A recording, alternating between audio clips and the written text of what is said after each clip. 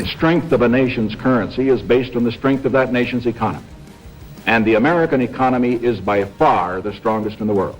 Funding those same local schools, this is a wreck of bureaucratic nightmare. This should not happen. We're not fully funding IDEA. We're not fully funding Title I. This is just something Every new. time you fill up your tank, the price you pay has less to do with oil and more to do with the secret agreement made in the Middle East over 50 years ago. This is the story of how a desperate handshake between an American diplomat and a Saudi king built the invisible architecture that controls your gas prices to this day.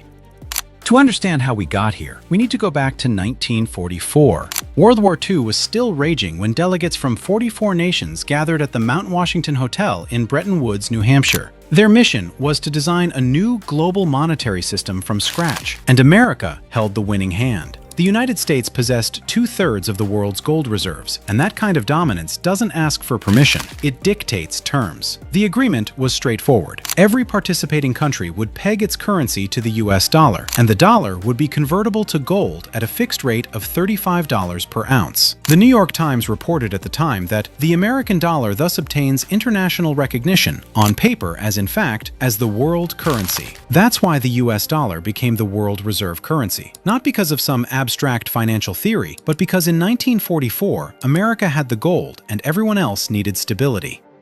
This system worked beautifully for about 25 years. Then it started to crack. By the late 1960s, America was spending heavily on the Vietnam War and domestic social programs. Dollars were flooding the global economy, but the gold backing them was draining fast. U.S. gold reserves had plummeted from roughly 20,000 tons to just 8,333 tons. There were 4 times as many dollars in circulation as there was gold in the vaults, and the math simply didn't work anymore.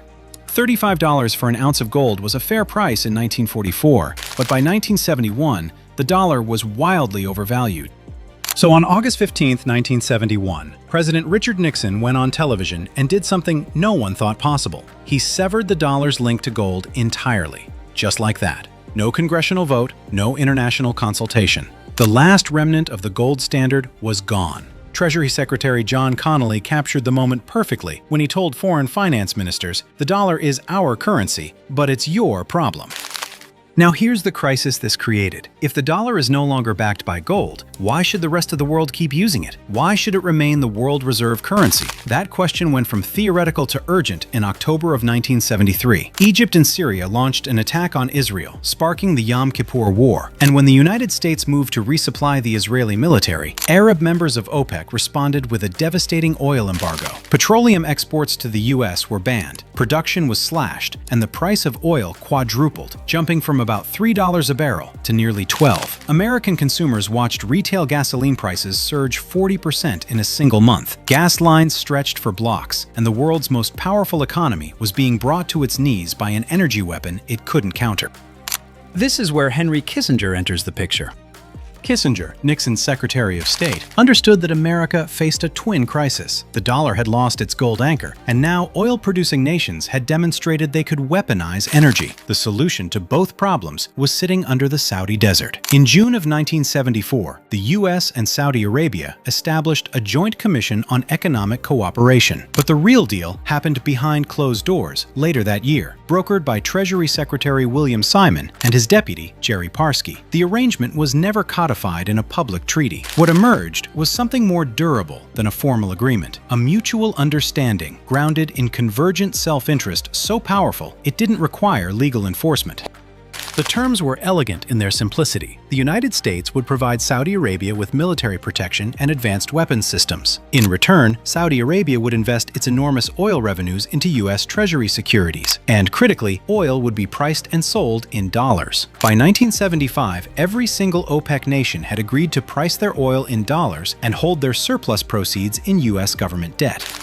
Think about what this means for your gas prices. The petrodollar system created constant structural global demand for American dollars. Every country on Earth that needed oil, which is every country on Earth, first needed to acquire dollars. This meant the US government could run persistent budget deficits without triggering debt crises, because there was always a buyer for American debt. Lower treasury yields rippled through the entire economy, reducing benchmark rates for mortgages, corporate bonds, and consumer loans. The system effectively subsidized American consumption for 50 years. And here's the part most people miss. The petrodollar isn't just about which currency appears on an invoice. It's an entire operating system: correspondent banking, marine insurance, sanctions compliance, letters of credit, dispute resolution, vessel screening, cargo documentation, payment finality. All of it runs through dollar-denominated infrastructure. Roughly 80% of global oil transactions are still conducted in US dollars today. When crude oil prices drop, American gas prices follow. In 2025, the average US retail price for regular gasoline was $3.10 per gallon, down 21 cents from the previous year, driven primarily by lower crude oil prices. That direct relationship between crude and pump prices exists because of the system Kissinger built. The existence of this secret arrangement wasn't publicly confirmed until 2016, when Bloomberg News filed a Freedom of Information Act request with the National Archives. For over 4 decades, one of the most consequential economic agreements in modern history operated in the shadows. Now, is this system dying? The evidence is genuinely mixed. In December 2022, Chinese President Xi Jinping made a landmark visit to Saudi Arabia, and 3 months later, Saudi Arabia joined the Shanghai Cooperation Organization as a dialogue partner. In 2024, the kingdom joined BRICS alongside Iran, the UAE, Egypt, and Ethiopia. And that same year, Saudi Arabia's central bank joined Project M-Bridge, a digital currency platform led by China. Yuan-denominated oil deals accounted for 20% of daily Brent crude volumes recently, pushing toward 24% by early 2025. China is now Saudi Arabia's largest oil buyer, acquiring more than 20% of the country's exports.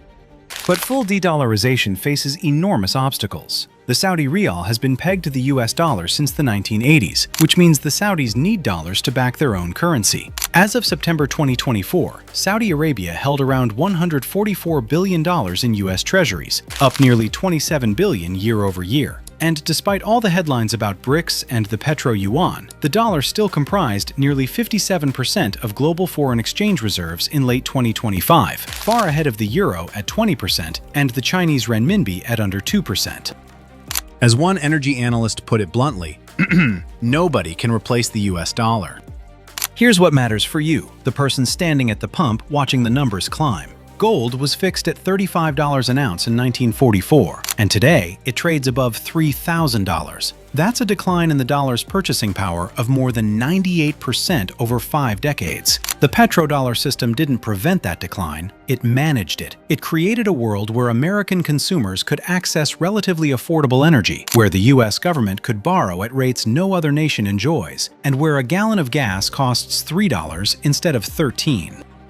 The 1974 handshake didn't just set oil prices, it built the invisible scaffolding holding up the American economy. And whether that scaffolding holds or slowly gives way to something new will determine what you pay at the pump for decades to come.